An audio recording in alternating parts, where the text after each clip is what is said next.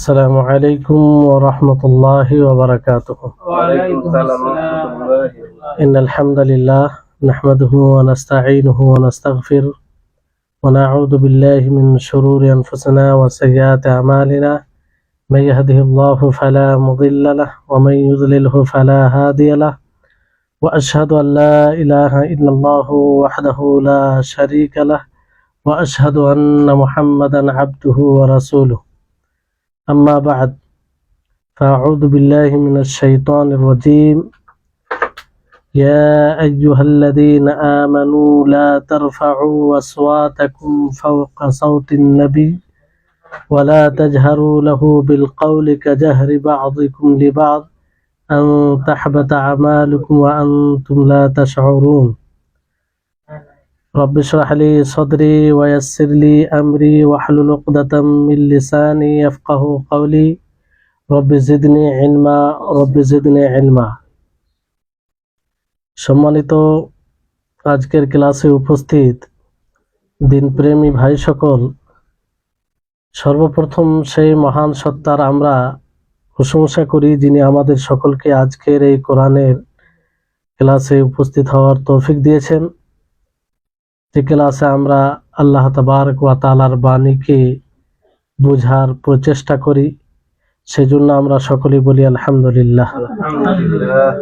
তারপরে আমাদের সকলের প্রাণ প্রিয় নবী করিম মুহাম্মদ মুস্তাফা সাল্লাল্লাহু আলাইহি ওয়াসাল্লাম, ওনার উপর অসংখ্য শান্তির ধারা বর্ষিত হোক, যে ওনার মাধ্যমে আল্লাহ তাবারক ওয়া তাআলার বাণীকে আমরা বোঝার চেষ্টা করি অথবা ওনার বাণী বুঝতে সক্ষম হই। এজন্য আমরা সকলে তার উপরে দরুদ পাঠ করি, আল্লাহুম্মা সাল্লি আলাইহি আল্লাহুম্মা বারিক আলাইহি। আপনারা জানেন যে বিগত 2 সপ্তাহ থেকে সূরাতুল হুজরাতের তাফসীর আমরা শুরু করেছি। এর মধ্যে সূরাতুল হুজরাতের প্রারম্ভিক আলোচনা, তারপরে 1-2 আয়াতের কিছু তাফসীর হয়েছে। আজকে 2 নম্বর আয়াতের কিছু তাফসীর হবে, তারপরে ইনশাআল্লাহ আমরা এগিয়ে যাব এইভাবে। আল্লাহ তাবারক ওয়া তাআলা দ্বিতীয় আয়াতে বলেন, ইয়া আইয়ুহাল্লাযীনা আমানু লা তারফাউ আসওয়াতাকুম ফাওকা সাওতিন নবী ওয়া লা তাজহারু লাহু বিল কওলি কাজাহরি বা'দিকুম লিবা'দ আন তাহবাতা আমালুকুম ওয়া আনতুম লা তাশউরুন।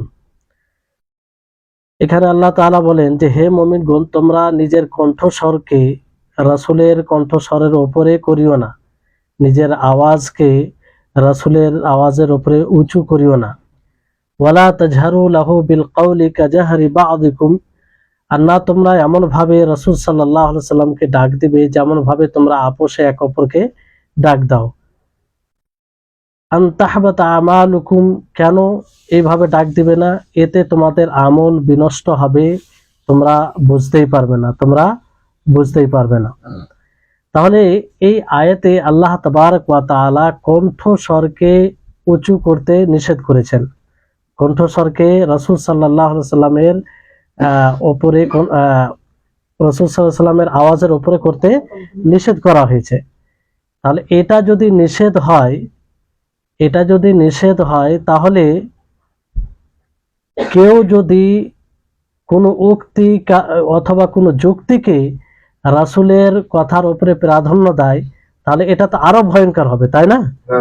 কণ্ঠস্বর আওয়াজ উঁচু করা যাবে না রাসূল সাল্লাল্লাহু আলাইহি সাল্লামের আওয়াজের উপরে, কথার উপরে।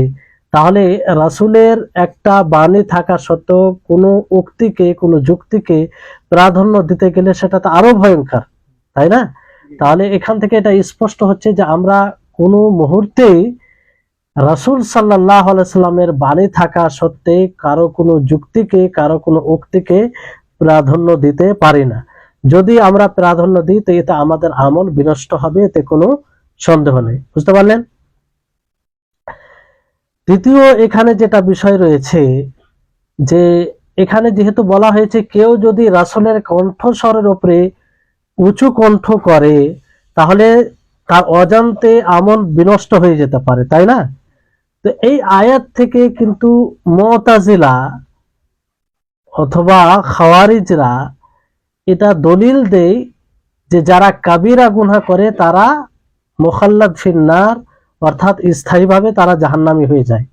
কারণ তাদের এখান থেকে ইস্তেদলাল করা, দলিল উপস্থাপন করার পদ্ধতি হচ্ছে এটা, যে এখানে রাসূলের কণ্ঠস্বরের উপরে উঁচু কণ্ঠ করা, এতে করতে গেলে আমল বিনষ্ট হয়ে যাবে। তো তারা বললো এটা একটা কাবিরা গুনাহ, তো এই কাবিরা গুনাহ করার ফলে আমল বিনষ্ট হয়ে যাচ্ছে। ফলে যে কোনো কাবিরা গুনাহ করতে গেলে কি হবে, আমল নষ্ট হয়ে যাবে, এইভাবে সে ইসলাম থেকে বের হয়ে যাবে। তাদের এটাই। কিন্তু তাদের কি এই দলিল সঠিক?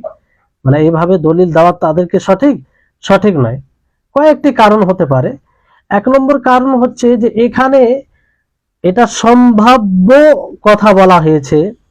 যদি কোনো ব্যক্তি রাসূলকে তুচ্ছ মনে করে, রাসূলকে ছোট মনে করে, রাসূলের কথার উপরে নিজের কথাকে উঁচু করে, রাসূলের আওয়াজের উপরে নিজের আওয়াজকে উঁচু করে, তাহলে সে ইসলাম থেকে বের হয়ে যাবে, তার আমল বিনষ্ট হয়ে যাবে, এতে কোনো সন্দেহ নেই। আর যদি এটা হয়তো এরকম ভাবে অজান্তে হয়ে যায়, তুচ্ছ তাচ্ছিল্য উদ্দেশ্য না থাকে, তাহলে এতে একদম ইসলাম থেকে খারিজ হবে না। বুঝতে পারলেন? দ্বিতীয় বিষয় হচ্ছে যে এখানে মানে এটা সম্ভাব্য বিষয়, এই জন্য আল্লাহ তাবারক ওয়া তাআলা আন তাহবাতা আন শব্দ নিয়ে এসেছেন, সরাসরি বলেননি। আন শব্দ দিয়ে যখন আসে তখন মাসদারিয়া অর্থাৎ মানে একটা অর্থ দেয়, যেটা সম্ভাব্য অর্থ দেয়। কি অর্থ দেয়? সম্ভাব্য, মানে তাকিদের অর্থ দেয় না। বুঝতে পারলেন? তো এটা আর তাকিদের কখন হবে, যখন কোনো মানুষ রাসূল সাল্লাল্লাহু আলাইহি সাল্লামকে ছোট মনে করে, রাসূল সাল্লাল্লাহু আলাইহি সাল্লামের তুচ্ছতাচ্ছিল্য করে, উপহাস করে, যখন নিজের আওয়াজকে, কণ্ঠস্বরকে উঁচু করবে, তখন তার আমল সব এসে ইসলাম থেকে বের হয়ে যাবে। বুঝতে পারলেন? আর দ্বিতীয় বিষয় হচ্ছে যে এটা যদি আমরা মেনেও নিই যে তাদের এটা দলিল, কিংবা আমল নষ্ট হবে, তো আমল নষ্ট হয়ে যাওয়ার মানে এটা নয় যে সে ইসলাম থেকে খারিজ হয়ে গেল।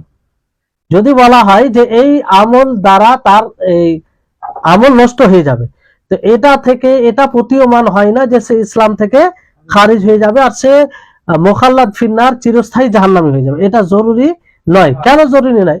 যেমন ধরুন যে অনেকেই আমল না করেও জান্নাতে যাবে। যেমন ছোট বাচ্চা যদি সে মুসলিম ঘরে জন্ম নেয়, বা সে মানে বড় হয়নি, সাবালক হয়নি, সে যদি মারা যায়, তাহলে সে কি জান্নাতে যেতে পারে না? অথচ কোনো আমলই করেনি, তাই না? তো আমল নষ্ট হয়ে যাওয়া বলতে এটা জরুরি নাই যে সে ইসলাম থেকে খারিজ হয়ে গেল, ইসলাম থেকে খারিজ হয়ে গেল। বুঝতে পারলেন? তাহলে এখান থেকে তাদের খণ্ডন করা হচ্ছে। তারপরে এখানে আরেকটি বিষয় যে আল্লাহ তাবারক ওয়া তাআলা এই আয়াতের মধ্যে প্রথমে বললেন, ইয়া আইয়ুহাল্লাযীনা আমানু লা তারফাউ আসওয়াতাকুম ফাওকা সাওতিন নবী, যে হে মুমিনগণ, তোমরা তোমাদের কণ্ঠস্বরকে নবী সাল্লাল্লাহু আলাইহি ওয়াসাল্লামের কণ্ঠস্বরের উপরে করিও না, উঁচু করিও না। বুঝতে পারলেন? কি করিও না? উঁচু করিও না। তারপরে আল্লাহ তাআলা বলছেন যে ওয়ালা তাজহারু বিল কাওলি, যে তোমরা আপোষে এক অপরকে যেমন ভাবে ডাকো সেভাবে ডাকো না। তাহলে এই দুটি কথার অর্থ কি? প্রথম বাক্যতেই তো এটা স্পষ্ট, তো পুনরায় এইভাবে বলার উদ্দেশ্যটা কি? এটা উদ্দেশ্য হচ্ছে যে প্রথম অংশতে যে তোমরা রাসূলের আওয়াজের উপরে তোমরা নিজের আওয়াজকে, নিজের কণ্ঠকে উঁচু করিও না, এর মানে উঁচু করা থেকে নিষেধ করা হয়েছে। বুঝতে পারলেন? রাসূল যখন যদি বিদ্যমান থাকা অবস্থায় তিনি যখন কথা বলবেন, তার উঁচু করা যাবে না, কিংবা রাসূলের কথা এলে সেখানে নত হতে হবে। বুঝতে পারলেন? আর এই আয়াত দ্বিতীয় অংশ দ্বারা এটা বোঝানো হয়েছে যে তার সমানও করা যাবে না। কি করা যাবে না? সমান, যে আল্লাহর নবী যে কণ্ঠস্বরে কথা বলেন তার সমান আওয়াজ করা যাবে না, বরং নিম্ন হতে হবে, আরো নিচে হতে হবে। বুঝতে পারলেন? এটা একটা উদ্দেশ্য। দ্বিতীয় হচ্ছে যে রাসূল সাল্লাল্লাহু আলাইহি সাল্লামকে সম্বোধন করা যাবে না, যেমন ভাবে আমরা এক অপরকে সম্বোধন করি, কি করি না? যেমন বলি যে নাম বলি যে খালিদ, এসো খালিদ ভাই, এরকম ভাবে নাম বলে যেমন আমরা সম্বোধন করি, ওই রকম ভাবে রাসূল সাল্লাল্লাহু আলাইহি সাল্লামকে সম্বোধন করা যাবে না। যেমন কিছু লোক ইয়া মুহাম্মদ এইভাবে বলতো, তো এটা সঠিক না, এটা বেয়াদবি। এটা কি? বেয়াদবি। বরং বলতে হবে ইয়া রাসূলুল্লাহি, ইয়া নবী আল্লাহি, এইভাবে সম্বোধন করতে হবে। বুঝতে পারলেন? আর তৃতীয় ওটাই যে নাম ধরে সম্বোধন করা যাবে না, বুঝতে পারলেন। তারপরে বিষয়টি হচ্ছে যে পরের আয়াত যেটা হচ্ছে আল্লাহ তাবারক ওয়া তাআলা বলেন, ইন্নাল্লাযীনা ইয়াগুদ্দুনা আসওয়াতাহুম ইনদা রাসূলিল্লাহি উলাইকাল্লাযীনা ইমতাহানাল্লাহু কুলুবাহুম লিত্তাকওয়া লাহুম মাগফিরাতু ওয়া আজরুন আযীম। দেখেন, ইন্নাল্লাযীনা, নিশ্চয় যারা, ইয়াগুদ্দুনা আসওয়াতাহুম, যারা নিচে করে, নিম্নে করে, নিচে করে, আওয়াজকে কম করে, নিজের আওয়াজকে কম করে, ইনদা রাসূলিল্লাহ, কার নিকটে? রাসূল সাল্লাল্লাহু আলাইহি সাল্লামের নিকটে। উলাইকাল্লাযীনা ইমতাহানাল্লাহু কুলুবাহুম লিত্তাকওয়া, এরাই তারা যাদের হৃদয়কে আল্লাহ তাবারক ওয়া তাআলা তাকওয়ার জন্য কি করেছেন? বাছাই করে নিয়েছেন। উলাইকাল্লাযীনা, এরাই তারা, ইমতাহানাল্লাহু, আল্লাহ তাআলা বাছাই করেছেন, কুলুবাহুম, তাদের হৃদয়কে, লিত্তাকওয়া, কিসের জন্য? তাকওয়ার জন্য। লাহুম মাগফিরাতু ওয়া আজরুন আযীম, এদের জন্য মাগফিরাত রয়েছে, ক্ষমা রয়েছে, এবং বড় আজর রয়েছে, বড় পুরস্কার রয়েছে। বুঝতে পারলেন? তো এই আয়াতে আল্লাহ তাবারক ওয়া তাআলা তাদের প্রশংসা করেছেন যারা নিজের কণ্ঠস্বরকে, নিজের আওয়াজকে রাসূল সাল্লাল্লাহু আলাইহি সাল্লামের নিকটে কি করে? নিচে করে, আস্তে আস্তে বলে। বুঝতে পারলেন? কি করে? আস্তে আস্তে বলে, আদবের সাথে কথা বলেন। তো ওদের প্রশংসা করেছেন, কারণ এটা একটা আদব, যে কোনো বড় ব্যক্তিত্ব উপস্থিত থাকা অবস্থায় নিজের আওয়াজকে, নিজের কণ্ঠস্বরকে উঁচু করা, এটা বেয়াদবি নয়? আমরা বেয়াদবি মনে করি না? তো রাসূল সাল্লাল্লাহু আলাইহি ওয়াসাল্লাম যিনি নবী, তিনার উপস্থিত থাকা অবস্থায় যদি কেউ উঁচু উঁচু স্বরে কথা বলে, এটা অবশ্যই বেয়াদবি। তো এটি একটা আদব শিখিয়ে দিলেন আল্লাহ তাআলা, যে আমরা যেন উনি যখন থাকবেন তো ওনার থাকা অবস্থায় আমরা আওয়াজকে নিচে করি, আস্তে আস্তে বলি, কিংবা হই হট্টগোল না করি, হই হট্টগোল না করি। বুঝতে পারলেন? তো আল্লাহ তাবারক ওয়া তাআলা এখানে বলছেন যে উলাইকাল্লাযীনা ইমতাহানাল্লাহু কুলুবাহুম লিত্তাকওয়া, যে এরাই তারা যাদের হৃদয়কে আল্লাহ তাআলা তাকওয়ার জন্য কি করেছেন? বাছাই করে নিয়েছেন, নির্বাচন করেছেন। এটা আসলে আল্লাহ তাআলা তাদের শানকে বাড়ানোর জন্য, তাদের মর্যাদাকে স্পষ্ট করার জন্য এইভাবে আল্লাহ তাআলা তাদের কথা বললেন। ইমতাহানাল্লাহু কুলুবাহুম লিত্তাকওয়া, যে তাদের হৃদয়কে আল্লাহ তাআলা তাকওয়ার জন্য কি করেছেন? বাছাই করেছেন। আর তাদের জন্য পুরস্কার রয়েছে, মাগফিরাত রয়েছে। মাগফিরাত এটা বড় পুরস্কার। মাগফিরাতই তো চাই। আমরা যে সালাত আদায় করি আর বিভিন্ন প্রকারের ইবাদত করি, কেন করি? যাতে আল্লাহ তাআলা আমাদের ত্রুটি বিচ্যুতি ক্ষমা করে দেন, তাই না? তো এটাই তো বড় পুরস্কার। তারপর আল্লাহ তাআলা তার সাথে সাথে আরো বলছেন ওয়া আজরুন আযীম, তাদের জন্য বড় আরো মহা পুরস্কার রয়েছে। তো এখানে এটা স্পষ্ট, আল্লাহ তাআলা স্পষ্ট ভাবে এটা স্পষ্ট করেছেন যে আসল সংশোধন কিসের? হৃদয়ের। আসল সংশোধন কিসের? হৃদয়ের।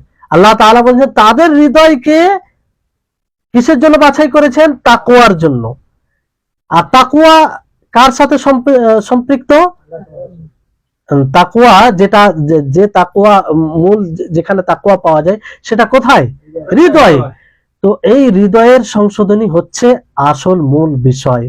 এই জন্য নবী করিম মুহাম্মদ সাল্লাল্লাহু আলাইহি সাল্লাম তিনি এই হৃদয়ের দিকে, বুকের দিকে ইশারা করে 3 বার বলেছেন আত-তাকওয়া হাহুনা, আত-তাকওয়া হাহুনা, আত-তাকওয়া হাহুনা, যে তাকওয়া, পরহেজগারিতা, তাকওয়া, যে আল্লাহকে ভয়, আল্লাহর ভয় ভীতি কোথায় রয়েছে? এই হৃদয়ে রয়েছে, এই হৃদয়ে রয়েছে, এই হৃদয়ে রয়েছে। তাহলে এতে কোনো সন্দেহ নেই যে তাকওয়ার মূল জায়গা হচ্ছে হৃদয়। আর এই হৃদয়ে যদি তাকওয়া আসে, তাহলে এর প্রভাব কোথায় পড়ে? আমলে পড়ে। বাকি যে শরীরে যেগুলো অংশ রয়েছে, পার্টস রয়েছে, তা দ্বারা যা আমল হবে, সে আমলে গুলিতে এর প্রভাব পড়ে। বুঝতে পারলেন? এই জন্য মুনাফিকিন যারা, তাদের সম্পর্কে, তারা যেমন হৃদয়ে তাকওয়া রাখে না, হৃদয়ে আল্লাহর ভয় ভীতি থাকে না, ফলে তাদের আমলও ওই রকম থাকে, আমলও ওই রকম হয়। ওই জন্য আল্লাহ তাআলা তাদের ব্যাপারে কি বলেছেন? ওয়াইদা রাআইতাহুম তু'জিবুকা আজসামুহুম ওয়া ইয়াকুলু তাসমা'ু লিকাউলিহিম, যে তাদের শরীর খুব সুন্দর দেখা দিবে, তাদের মানে বাহ্যিক দিকটা, আর তারা বলবে যখনই কথা শুনবে, তো বিষয়টা, কথাগুলো শুনবে তারা, তো তো এই তাকওয়া কিভাবে আসবে? হৃদয়ের সংশোধনের মাধ্যমে আসবে। এই তাকওয়া যতটা আমাদের হৃদয়ে আসবে ততটাই আমরা বাহ্যিক গুনাহ থেকে দূরে থাকবো। কোন ব্যক্তি যদি দাবি করে যে আমি তাকওয়া অবলম্বন করি, আল্লাহর ভয়ভীতি আমার আছে, আর তার প্যান্ট টাকনুর নিচে থাকে, দাড়ি কর্তন করে, হ্যাঁ, যে দাড়ি ছেঁচে নেয়, তাহলে এটাকে তাকওয়ার আলামত হবে? তার মানে তার তাকওয়ার ঘাটতি আছে, তার হৃদয়ে সেরকম তাকওয়া নেই।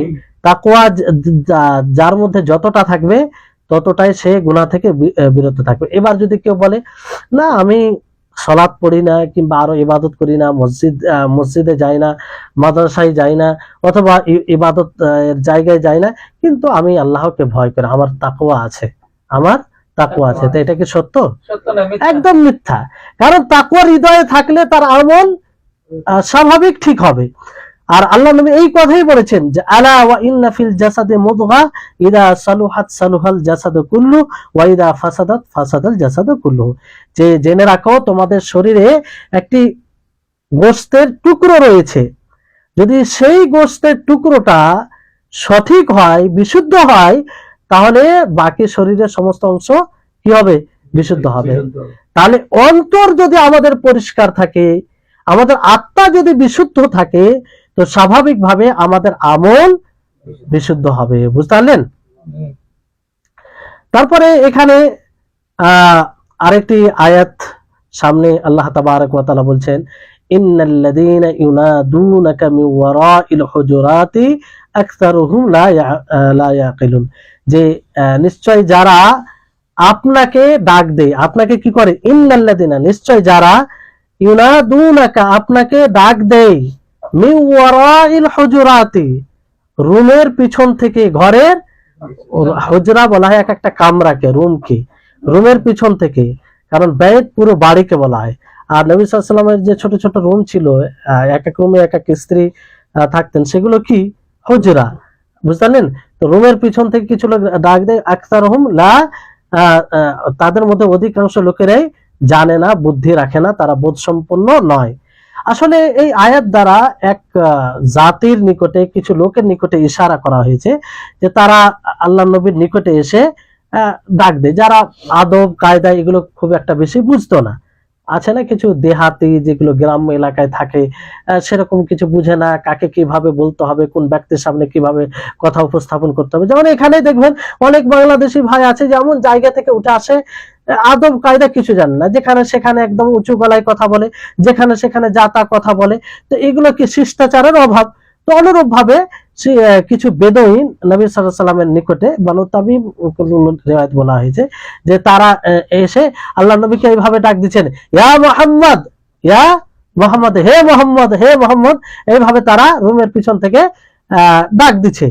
তো তারা আওয়াজকে উঁচু করে এইভাবে নবী সাল্লাল্লাহু আলাইহি সাল্লামকে ডাক দেয়। তো ডাক দেওয়ার ফলে তাদের এই বেয়াদবির কারণে আল্লাহ তাবারক ওয়া তাআলা আয়াত নাজিল করে সতর্ক করলেন যে কিছু লোক আছে, তারা আপনার ঘর থেকে, পিছন থেকে তারা ডাক দেয় উঁচু গলায়, আপনার নাম ধরে, যেটা উচিত নয়, যেটা উচিত নয়। এই জন্য আল্লাহ তাআলা বললেন যে তারা আসলে বোধ সম্পন্ন নয়, তারা বিবেক সম্পন্ন নয়। তো বিবেক সম্পন্ন থাকা মানে কি? শিষ্টাচার থাকবে। এই জন্য আপনি যদি এমন শিক্ষায় শিক্ষিত হন যে আপনার মধ্যে শিষ্টাচার নেই, আপনার মধ্যে আদব নেই, কার সাথে কিভাবে কথা বলবেন এরকম কোনো নেই, তাহলে আপনি মূলত শিক্ষিত নয়, বিবেকসম্মত নয়। যে একদম যে প্রশংসনীয় যেটা বিবেক, সেটা নেই। তো রাসূল সাল্লাল্লাহু আলাইহি সাল্লামের আদবের খেয়াল রাখতে হবে, তাই না? এখন তো রাসূল সাল্লাল্লাহু আলাইহি সাল্লাম নেই, অনুরূপ ভাবে যদি কোনো বড় ব্যক্তিত্ব থাকে তাদের সম্মান করতে হবে। তো রাসূল সাল্লাল্লাহু আলাইহি সাল্লামের যে দায়িত্ব পালন করে বর্তমান সময়ে, কিংবা রাসূলের পর থেকে সাহাবায়ে কেরামদের থেকে নিয়ে আজ পর্যন্ত, কিয়ামত পর্যন্ত যে উলামাগণ কাজ করে আসবেন, যিনারা হকপন্থী উলামায়ে কেরাম, তো তাদের ওই জায়গায় সম্মান করতে হবে। কি করতে হবে? সম্মান করতে হবে। এই ব্যাপারে আব্দুল্লাহ ইবনে আব্বাস ওনার ব্যাপারে এসেছে যে উনি বলছেন যে আমি যখন কারো কাছে হাদিস নিতে যেতাম, কি হাদিসটা আমরা সহজে পেয়ে গেছি, ওই জন্য বুঝতে পারি না। সাহাবায়ে কেরাম এক একটা হাদিসের জন্য মাসকে মাস সফর করেছেন এক একটা হাদিস সংগ্রহ করার জন্য, বুঝতে পারলেন? তাবেইন এই এত তিনারা কুরবানি করেছেন, ফলে আমরা আজকে সহজে এই হাদিসকে পেয়ে আমরা নিজেকে মানে সাজাচ্ছি ইমান দ্বারা, তাই না? এটা তাদের আমাদের উপরে অনেক বড় ইহসান রয়েছে। তো আব্দুল্লাহ ইবনে আব্বাস তিনি বলছেন যে আমি একজনের নিকটে হাদিস নিতে যেতাম, তো দরজার পাশে গিয়ে দাঁড়িয়ে থাকতাম। কি করতাম? দরজার পাশে গিয়ে দাঁড়িয়ে থাকতাম, বুঝতে পারলেন? আওয়াজ দিতাম না, দরজায় আওয়াজ দিতাম না। তো যখনই সেই সাহাবী বের হয়ে আসতেন তো বলতেন যে হে নবীর কাকাতো ভাই, নবী সাল্লাল্লাহু আলাইহি ওয়াসাল্লামের হয় না আব্দুল্লাহ ইবনে আব্বাস, আব্বাস রাদিয়াল্লাহু তাআলা কে ছিলেন? নবী সাল্লাল্লাহু আলাইহি ওয়াসাল্লামের চাচা ছিলেন। তো ওনার ছেলে কে হবে? হ্যাঁ।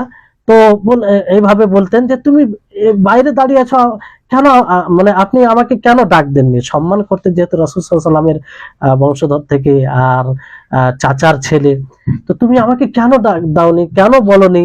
হ্যাঁ, আমি চলে আসতাম।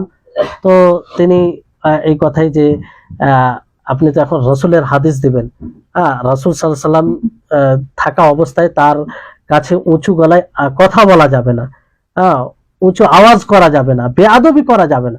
তো আপনাকে আওয়াজ দেওয়া এই মানে যে আপনি কোন অবস্থায় থাকবেন, আপনার ডিস্টার্ব হতে পারে, তা আপনার এতে বেশ অসম্মান করা হবে। তাহলে এইভাবে তিনারা সম্মান করতেন। তো বিষয়টা হচ্ছে যে এই জন্য বলা হয় যে ইলম অর্জন করার জন্য আলেমের দরকার, তাই না? তো আলেম যদি পাহাড়ের চূড়ায় থাকে, কোথায় থাকে? পাহাড়ের চূড়ায় থাকে, তো সেখানে গিয়ে ইলম অর্জন করতে হবে। আজকে তো আমাদের পাহাড়ের চূড়ায় যেতে হয় না, বরং কুয়ো ইদারা না কি বলে ওটাকে, কূপ, যেটা কূপের কাছে মানুষ পিপাসার্থ ব্যক্তি কূপের কাছে যায়, তাই না? এখন কূপ পিপাসার্থ ব্যক্তির কাছে আসে, তারপরেও গুরুত্ব নেই, বুঝতে পারলেন? এই হচ্ছে বিষয়। তো ওলামায়ে কেরামদের সার্বিকভাবে যিনারা হকপন্থী ওলামায়ে কেরাম, তাদের বড় একটা ইহসান রয়েছে।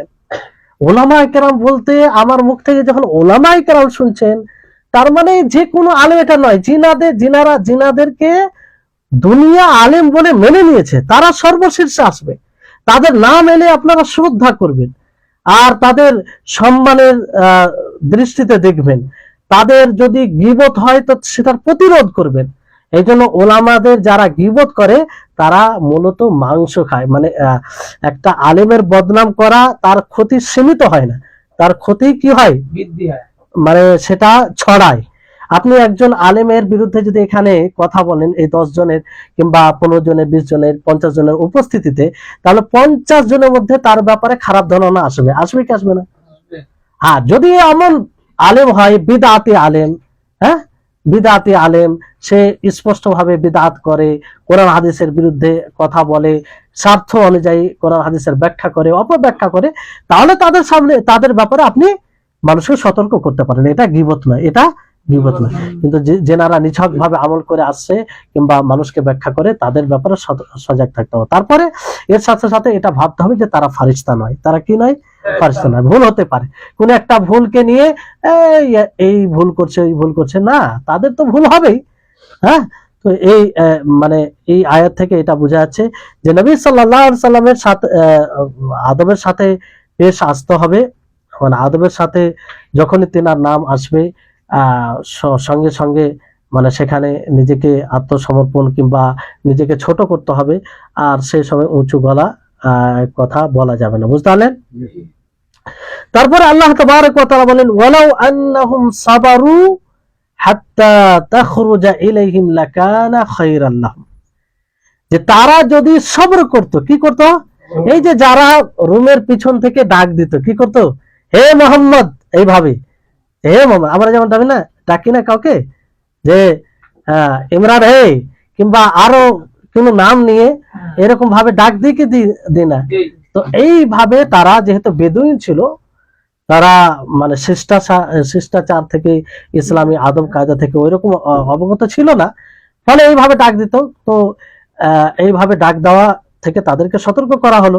তো তাদের ব্যাপারে আল্লাহ তাআলা বলছেন ওয়ালাউ আন্নাহুম সাবারু, যদি তারা ধৈর্য অবলম্বন করতো। কি করতো? ধৈর্য অবলম্বন করতো। হাত্তা তাখরুজা ইলাইহিম, নবী সাল্লাল্লাহু আলাইহি সাল্লামের তাদের নিকটে আসা পর্যন্ত, নবী সাল্লাল্লাহু আলাইহি সাল্লামের তাদের নিকটে আসা পর্যন্ত, লাকানা খায়রাল লাহুম, তাহলে তাদের জন্য এটা কি হতো? উত্তম হতো। তাদের জন্য কি হতো? এটা উত্তম হতো। তো এখানে আরেকটা মানে আদবের কথা, যে ধৈর্য অবলম্বন করতে হবে, অধৈর্য হলে হবে না। তো এখানে রাসূল সাল্লাল্লাহু আলাইহি সাল্লামের ক্ষেত্রে অনুরূপ ভাবে আপনি ইলম অর্জন করতে গিয়ে, শরীয়তের জ্ঞান অর্জন করতে গিয়ে যদি আপনাকে কষ্টের সম্মুখীন হতে হয়, সেখানে ধৈর্য অবলম্বন করতে হবে কি হবে না? অবশ্যই করতে হবে ধৈর্য। তারপরে আল্লাহ তাবারক ওয়া তাআলা কি বলছেন? ওয়াল্লাহু গফুরুর রহিম। এই কথা বলার পরে দেখেন কথার পিছনে আল্লাহ তাআলা কি বললেন? প্রথমে বললেন যে কিছু লোক আছে যারা রুমের পিছন থেকে আল্লাহ নবীকে ডাক দেয় নাম বলে। তারপর আল্লাহ তাআলা কি বলছেন? যদি তারা ধৈর্য অবলম্বন করতো নবী সাল্লাল্লাহু আলাইহি ওয়াসাল্লাম তাদের নিকটে বের হওয়া পর্যন্ত, তাহলে তাদের জন্য উত্তম। তারপর আল্লাহ তাআলা বলছেন আল্লাহু গফুরুর রহিম, যে আল্লাহ তাআলা তিনি ক্ষমাশীল ও দয়াশীল।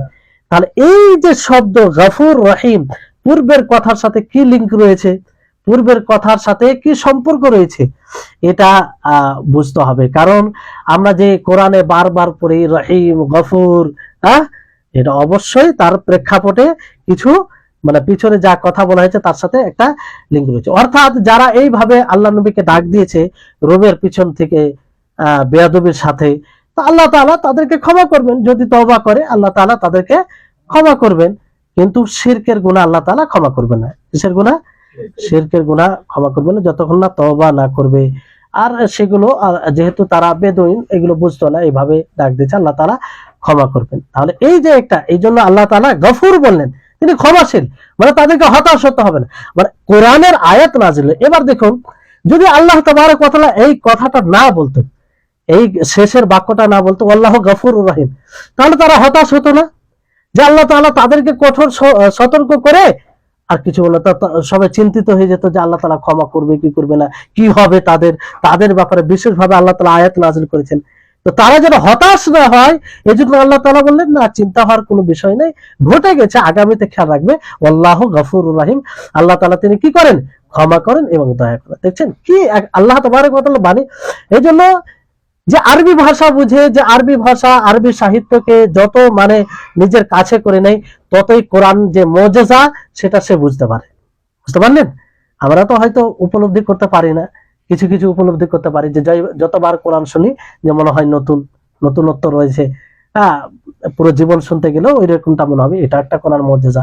কিন্তু এর অর্থ, এর মানে সাহিত্যিক দিক দিয়ে যদি আমরা বোঝার চেষ্টা করি, তাহলে এর যে মুজিজা, এটা যে আল্লাহ তাআলার বাণী, এটা ফুটে আসবে। এটা কোনো মানুষের এটা ক্ষমতা নেই। বুঝতে পারলেন?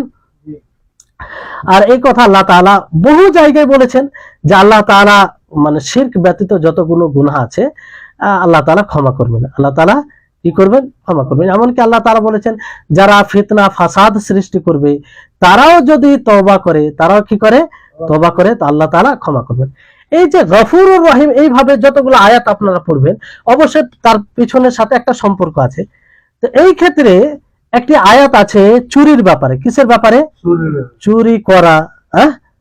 ওটা বলা হয়, যেমন সেখানে কি বলা হয়েছে, একজন ব্যক্তি এইভাবে পড়ছেন ওয়াসসারিকু ওয়াসসারিকাতু ফাকতাউ আইদিয়াহুমা জাযাআম বিমা কাসাবা নাকালাম মিনাল্লাহি ওয়াল্লাহু গফুরুর রহিম। তো এর অর্থ হচ্ছে যে চুরি করে সে মহিলা হোক অথবা পুরুষ হোক, তার হাত দুটোকে কি করা হবে? কাটা হবে। আর এটা তার বদলা হবে যেটা সে কর্ম করেছে। আর এটা আল্লাহর পক্ষ থেকে সাজা, কি শাস্তি স্বরূপ। কি স্বরূপ? শাস্তি স্বরূপ। বুঝতে পারলেন? আল্লাহু গফুরুর রহিম, আর আল্লাহ তাআলা ক্ষমাশীল ও দয়াশীল। তো একজন দেহাতি শুনে বললেন যে তুমি আবার আয়াতটি পড়ো তো। তো তিনি আবার সেরকম ভাবে আয়াতটি পড়লো সে। তো বলছে না, তুমি আবার এই আয়াত পড়ো। তখন আবার যখন পড়লো, তৃতীয়বার পড়লো, তখন শেষে বলছেন আল্লাহু আজিজুল হাকিম। তখন তিনি বললেন এবার তুমি সঠিক পড়লে, এবার তুমি সঠিক পড়লে। এটা কেন? যে আল্লাহ তাবারক ওয়া তাআলা শাস্তির কথা বলে এটা কেন বলবেন যে আল্লাহ তাআলা ক্ষমাশীল ও দয়াশীল? সেখানে তো ক্ষমার ব্যাপার থাকলে তো আল্লাহ তাআলা ক্ষমা করে দিতেন। কাটার কথা তো বলতেন না যে তাদের হাতকে কাটো। তো আজিজুল হাকিম, আজিম মানে পরাক্রমশালী, আর হাকিম মানে প্রজ্ঞাময়, হিকমত। তো তিনার যে আদেশ যে কোনো ব্যক্তি যদি চুরি করে, অথবা মহিলা হোক পুরুষ হোক, যদি চুরি করে তাহলে তার হাত কাটা হবে, এটা আল্লাহ তাবারক ওয়া তাআলার হুকুম। তিনি পরাক্রমশালী, তিনি সর্বশক্তিমান, এটা মানতে হবে। আর হাকিম, এই হুকুমটা, এই বিধানটা হিকমতে পরিপূর্ণ, জুলুম নয়, অন্যায় নয়, দ্বিচারিতা নয়, বরং এতেই কল্যাণ রয়েছে। হাকিম মানে তিনার এই হুকুমটা হিকমতে পরিপূর্ণ, হিকমত থেকে শূন্য নয়। বুঝতে পারলেন? তাহলে আয়াতের কি লিঙ্ক শেষের বাক্যর সাথে, শেষের শব্দের সাথে, তাহলে এই হচ্ছে বিষয়। বুঝতে পারলেন? তারপরে বিষয়টি আপনাদেরকে বলি যে ইন্নাল্লাযীনা ইয়াগুযুনা আসওয়াতাহুম, এই আয়াতে যে কথাগুলো বলা হয়েছে যে তারা নবীর নিকটে, রাসূল সাল্লাল্লাহু আলাইহি ওয়াসাল্লামের নিকটে নিজের আওয়াজকে, নিজের কণ্ঠকে মানে একদম ধিমি করে দিল, আর এই জন্য আল্লাহ তাআলা তাদের হৃদয়কে তাকওয়ার জন্য বাছাই করেছেন। রিওয়ায়েতে এসেছে তারপরে সাহাবায়ে কেরামগণ এমন ভাবে কথা বলতে লাগলেন, একদম চুপে চুপে আস্তে আস্তে বলতে লাগলেন। কতটা ভয় তাদের মধ্যে, রাসূলের শ্রদ্ধা। হ্যাঁ, রাসূলের কিভাবে শ্রদ্ধা করতেন, আপনারা যদি সেই রিওয়ায়াত গুলো পড়েন, নবী সাল্লাল্লাহু আলাইহি ওয়াসাল্লামের জীবনীতে আসবে যে হেরাকল, মানে ওই হেরাকল বাদশার নিকটে গিয়ে বলে যে সাহাবীরা কিভাবে রাসূলের মর্যাদা করতেন, যে রাসূল সাল্লাল্লাহু আলাইহি ওয়াসাল্লাম উযু করতেন, রাসূল সাল্লাল্লাহু আলাইহি ওয়াসাল্লাম থুতু করতেন, তো সেই থুতু জমিনে পড়তো না, সাহাবায়ে কেরাম নিয়ে নিজের শরীরে মালিশ করে নিত। রাসূল সাল্লাল্লাহু আলাইহি ওয়াসাল্লামের ইশারা ইঙ্গিতে রাসূল সাল্লাল্লাহু আলাইহি ওয়াসাল্লাম কি করবেন সাহাবায়ে কেরাম বুঝে সেটা করে ফেলতেন, বলার প্রয়োজন পড়তো না। তো এইভাবে শ্রদ্ধা করত। তো এই আয়াত নাজিল হওয়ার পরে সাহাবায়ে কেরাম একদম আস্তে আস্তে আওয়াজ, মানে ধীমে ধীমে কথা বলতেন। তো এখন বিষয়টা হচ্ছে যে রাসূল সাল্লাল্লাহু আলাইহি ওয়াসাল্লাম তো বিদ্যমান নেই, আছে? নেই। তো রাসূল সাল্লাল্লাহু আলাইহি ওয়াসাল্লাম যেভাবে নিজের জীবদ্দশায় সম্মানিত, অনুরূপ ভাবে তিনি তিনার মৃত্যুর পরেও সম্মানিত। তো তিনার কবরের নিকটে গিয়ে হই হট্টগোল করা যাবে? যাবে না, কারণ তিনি ওখানে যদিও মারা যায়, ওখানে ওনার কবর রয়েছে। এই জন্য মদিনাতে যারা যায় জিয়ারত করার জন্য, মদিনা আসলে কবর, নবী সাল্লাল্লাহু আলাইহি ওয়াসাল্লামের কবরকে জিয়ারত করার উদ্দেশ্যে তো সফর করা যাবে না, যাবে? যাবে না। এই জন্য কোন সময় এটা নিয়ত করবে না, নবী সাল্লাল্লাহু আলাইহি ওয়াসাল্লামের কবরে জিয়ারত করার উদ্দেশ্যে সফর করা যাবে না। হ্যাঁ, আপনি মদিনা মসজিদে নববীর আপনি জিয়ারত করতে পারেন, তার উদ্দেশ্যে সফর করতে পারেন, কারণ 3টা মসজিদের জন্য আপনি কি করতে পারেন? সফর করতে পারেন, ভ্রমণ করতে পারেন। তো এটা হবে আসল, আর তার ভিত্তিতে ওটা চলে আসবে যে ওখানে গেলেন তো আপনি জিয়ারত করে নিলেন কবরের, সালাম দরুদ পাঠ করে নিলেন। তো সেখানে গিয়ে হই হট্টগোল করা যাবে না, সেখানে গিয়ে আসতে। কিন্তু যারা মানে বুঝে না, তারা কি করে ওখানে গিয়ে ইয়া নবী সালাম আলাইকা উচ্চ স্বরে এটা এগুলো বেয়াদবি করে, ভিড় লাগায়, এদিক ওদিক কথা বলে, হই হট্টগোল করে। এগুলো কি নবী সাল্লাল্লাহু আলাইহি ওয়াসাল্লামের বেয়াদবি নয়? নবী সাল্লাল্লাহু আলাইহি ওয়াসাল্লামের সাথে বেয়াদবি নয়? অবশ্যই বেয়াদবি। এই জন্য ওমর রাদিয়াল্লাহু তাআলা আনহু কঠোরতা অবলম্বন করেছিলেন সেই 2 জন ব্যক্তির উপরে যারা নিজের কণ্ঠস্বরকে উঁচু করেছিল রাসূল সাল্লাল্লাহু আলাইহি ওয়াসাল্লামের মসজিদে নববীতে। তারপরে ওমর রাদিয়াল্লাহু তাআলা আনহু তাদেরকে জিজ্ঞাসা করেন যে তোমরা কোথা থেকে? তারা বলে আমরা তায়েব থেকে। তো তিনি বলেন যে তোমরা যদি এই শহরের হতে তাহলে আমি তোমাদেরকে মারতাম।